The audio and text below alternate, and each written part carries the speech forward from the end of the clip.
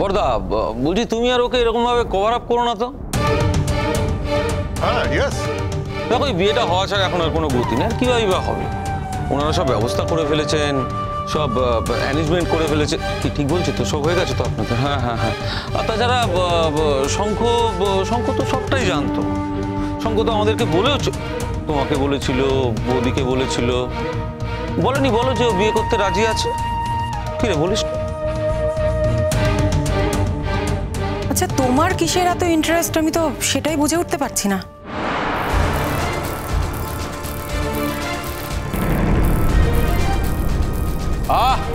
তুমি চুপ করো।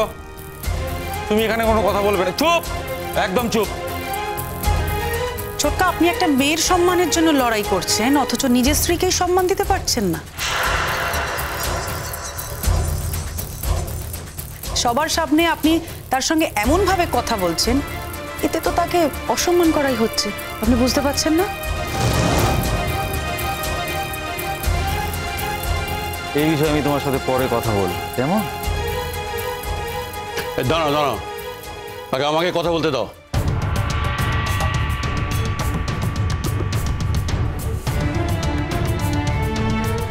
দেখুন, ওদের বিয়ের ব্যাপারে একটা কথা হয়েছিল ঠিকই, এবং সেটা ফাইনালে হয়ে গিয়েছিল, কিন্তু শ্রেষ্ঠার তরফ থেকে এটা বিয়েটা ভেঙে যায়, কারণ শ্রেষ্ঠা বিদেশে একটা পড়ার সুযোগ পায়।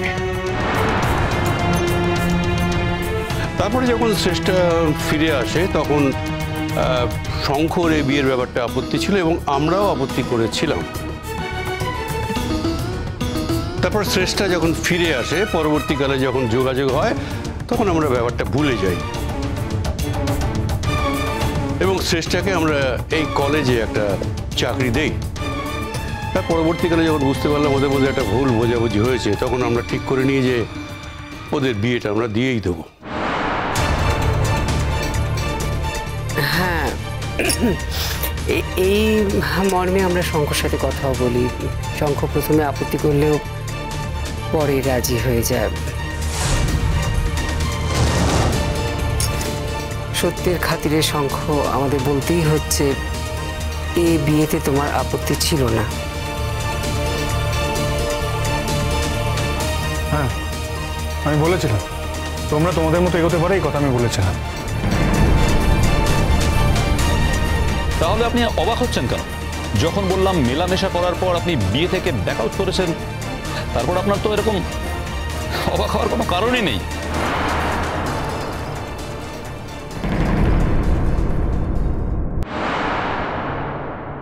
আপনারা কি মনে করেন জোর করে বিয়ে দিলে একটা সম্পর্ক সঠিক হতে পারে, সুখের হতে পারে?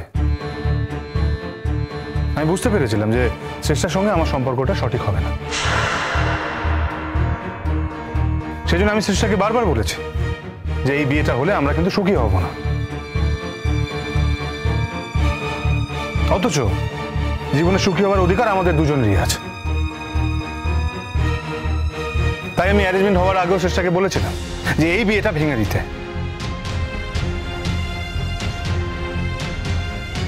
বলেছিলে বিয়ে ভেঙে দিতে, আমার আশীর্বাদেও তো গিয়েছিলে।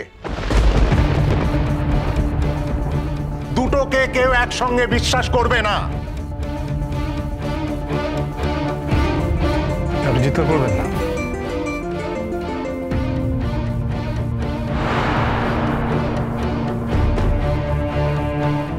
আপনি অনেক কিছু জানেন না।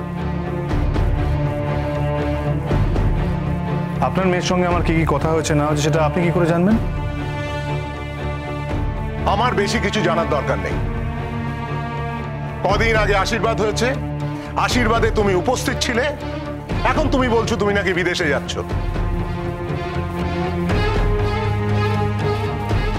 আবার এই বাড়িতে এসে শুনলাম তুমি বিদেশে যাচ্ছ না, কিন্তু আমার মেয়েকে বিয়ে করতে পারবে না। আবার একটা অন্য মেয়েকে নিয়ে তুমি ঘুরে বেড়াচ্ছ। আমরা কিন্তু এই অন্যায়টাকে কিছুতেই মেনে নেব না।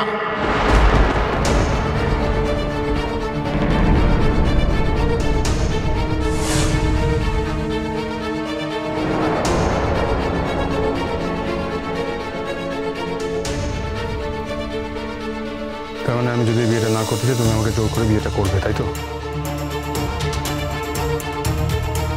আমার কিছু করার নেই শঙ্খ। বিয়ের পরে যা হয় হবে, কিন্তু এখন বিয়েটা করতেই হবে। বিয়ের সমস্ত অ্যারেঞ্জমেন্টস হয়ে গেছে। মানে আমি বিয়ে করতে চাই না, আমার ইচ্ছা নেই, তুমি তাও আমায় জোর করবে বিয়েটা করার জন্য। বললাম না শঙ্খ, এখন আর আমার কিচ্ছু করার নেই। আমার কিছু করার নেই চেষ্টা, আমি বিয়েটা করতে পারবো না। 1 মিনিট, আমার একটা জরুরি ফোন আসছে। হ্যালো। হ্যালো, কি ব্যাপারটা কি তোমার? বারবার ফোন করছি, কেটে দিচ্ছ। আমি তো চিন্তায় পড়ে গেছি। বাবা, আমি একটু অসুবিধার মধ্যে আছি, ঝামেলার মধ্যে আছি। কোথায় আছো তুমি? বাড়িতে। তো কি ঝামেলা হয়েছে? বাড়িতে পুলিশ এসছে। ঠিক আছে, আমি এখন ফোনটা রাখছি। হ্যাঁ, হ্যালো। হ্যাঁ, বাবা বাবা কি হচ্ছে? কি বললো? বললো বাড়িতে পুলিশ এসছে। হ্যাঁ, পুলিশ? কেন? আমি না এরকম কিছু একটা আশঙ্কা করেছিলাম, জানেন। উনি কাল এসে আমাকে তাই বললেন যে শ্রেষ্ঠা ম্যাম চুপ করে বসে থাকবে না, উনি কিছু না কিছু একটা করবেন। ঠিক এই ঘটনাই ঘটেছে, আমার মনে হচ্ছে এই ঘটনাই ঘটেছে। ঠিক আছে, অবশ্যই আমি যাচ্ছি। তুমি যাচ্ছ, যাও, আমার তো কোনো উপায় নেই, কিন্তু আমার ছেলে তো, আমার যেখানে ইচ্ছে আমি সেখানে যাবই। তুমি বেরিয়ে। ঠিক আছে, আমি বেরোচ্ছি। যদি সেরকম কোনো দরকার হয় আমি তোমাকে ডেকে নেবো। হ্যাঁ, আমি আসছি। স্যার, আমি যাবো। আমি ওরা কিন্তু তোমাকে খুবই অপমান করবে, আমি বলে দিলাম। করুক করুক, আমাকে অপমান করুক, যতই অপমান করুক, তাতে আমার কিচ্ছু এসে যাবে না। কিন্তু ওকে যদি থানায় নিয়ে যায়, ও যদি পুলিশ অ্যারেস্ট করে নিয়ে যায়, না, চিন্তা করার কিছু নেই, সব ঠিক হয়ে যাবে, চিন্তা করো। শোনো, আমাদের যদি বেরোতে হয় তাহলে কিন্তু এই অবস্থাতেই বেরোতে হবে। আসছি আমি। চলো ম্যাম, আসছি। সাবধান। বলুন অফিসার, কি বলছিলেন বলুন। আপনাকে আমাদের সঙ্গে থানায় যেতে হবে। আপনার কি অ্যারেস্ট ওয়ারেন্ট আছে? বললাম তো, আমাদের সঙ্গেই আপনাকে থানায় যেতে হবে। না না, আপনারা কি ভাবছেন? আপনারা কি আমাকে জোর করে বিয়েটা দেবেন? এটা ঠিক করেছেন? আইনে যা আছে তাই হবে। আইনের বাইরে আমরা কেউ নই, আর আইনের বাইরে গিয়ে আমরা কিছু করতেও পারবো না। দেখুন অফিস, আশীর্বাদের দিন কিন্তু আমি অনেকবার বলেছিলাম যে আমি যাবো না, আমি ওখানে যেতে চাই না। কিন্তু আমার বাড়ির লোক আমাকে জোর করেই আশীর্বাদে নিয়ে গেছে। তার কারণ এটাই ছিল যে ওনারা আমাকে বলেছিলেন যে ওনাদের নাকি ফেস লস হয়ে যাবে আমি যদি না যাই।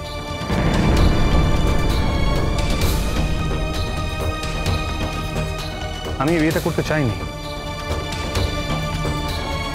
তাছাড়া আপনারা কি এরকম কোনো উদাহরণ দিতে পারেন যে আশীর্বাদ হয়ে গেছে তারপরে বিয়ে ভাঙেনি? এরকম কোনো উদাহরণ আছে আপনাদের এই গোটা পৃথিবীতে? কেউ দিতে পারে? সেটা তুমি দিতে পারো?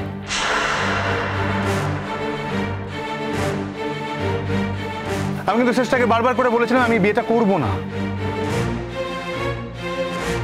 তা সত্ত্বেও আমাকে জোর করছে এই বিয়েটা করার জন্য। আমাকে না বলে ওরা কার্ড ছাপিয়েছে, বিয়ের অ্যারেঞ্জমেন্ট করেছে।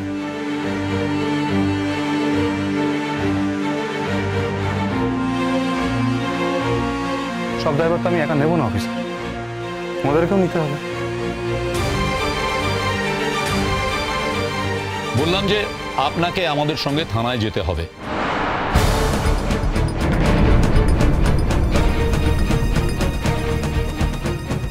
শুনুন অফিসার, শঙ্খ অন্তত কয়েকশোবার বলেছে যে এই বিয়েটাও করতে চায় না। আমাদের বাড়ির সবাইকেই বলেছে, আমরা সবাই শুনেছি, আমরা সবাই জানি অফিসার সেটা।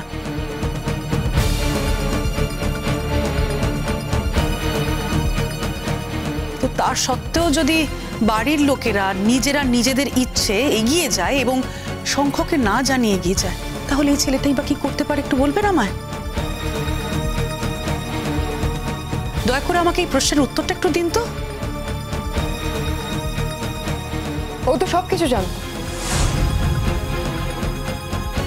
একটা কথা বলি শ্রেষ্ঠা, ও যদি সবকিছু জানতো তাহলে তুমিও তো জানতে যে মোহর বসু বলে একটা মেয়ের সঙ্গে ওর যোগাযোগ আছে। তুমি যখন জানো যে একটা ছেলে আর মেয়ের মধ্যে বন্ধুত্ব আছে, তখন তো তোমারই উচিত যে ওদের মাঝখান থেকে সরে যাওয়া। কি সেটা তোমার উচিত না? আর একটা কথা বলি শ্রেষ্ঠা, তুমিও কিন্তু মোহর বসুকে কম অপমান করনি, সেটা তোমার মনে আছে তো? কিসের বন্ধুত্ব? না আমি বুঝতে পারছি না কিসের বন্ধুত্ব। আমাকে তো বলা হয়েছিল যে মোহর বসু একটা স্টুডেন্ট, তার হেল্প দরকার, তার সাপোর্ট দরকার, সেই জন্য মোহর বসুকে হেল্প করে। আমাকে তো অন্য আর কিছু বলা হয়নি কখনো। এই শোনো শ্রেষ্ঠা, তুমি যদি সবকিছু জেনেও এখন না জানার ভান করো তাহলে তো সত্যি কিছু করার নেই। আমরা সবাই যেটা জানি তুমি কেন সেটা জানো না বলো তো? এসব কথা বলে তো এখন কোনো লাভ নেই। শঙ্খ, এসব তো থানা, পুলিশ, অ্যারেস্ট হওয়া, এসব করলে তোমার মান তো বাড়বে না। তুমি বিয়েটা করে নাও।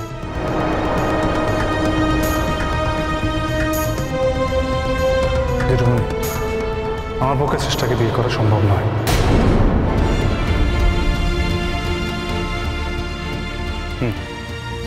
তার জন্য আমি যা যা করার তাই করব।